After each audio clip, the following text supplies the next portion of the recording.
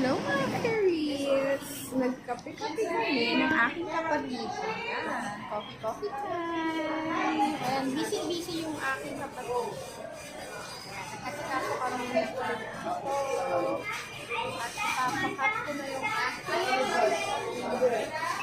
live para mabawasan ang bayarin. Ayan, nandito kami sa McDonald's. Thank you for watching. Bye! Naubos na yung aming ano eh. Ayan na oh. Thank you for watching. Bye! Yan guys. Babaunin na natin ito sa ating work para mayroon tayong pang fruits. Ayan.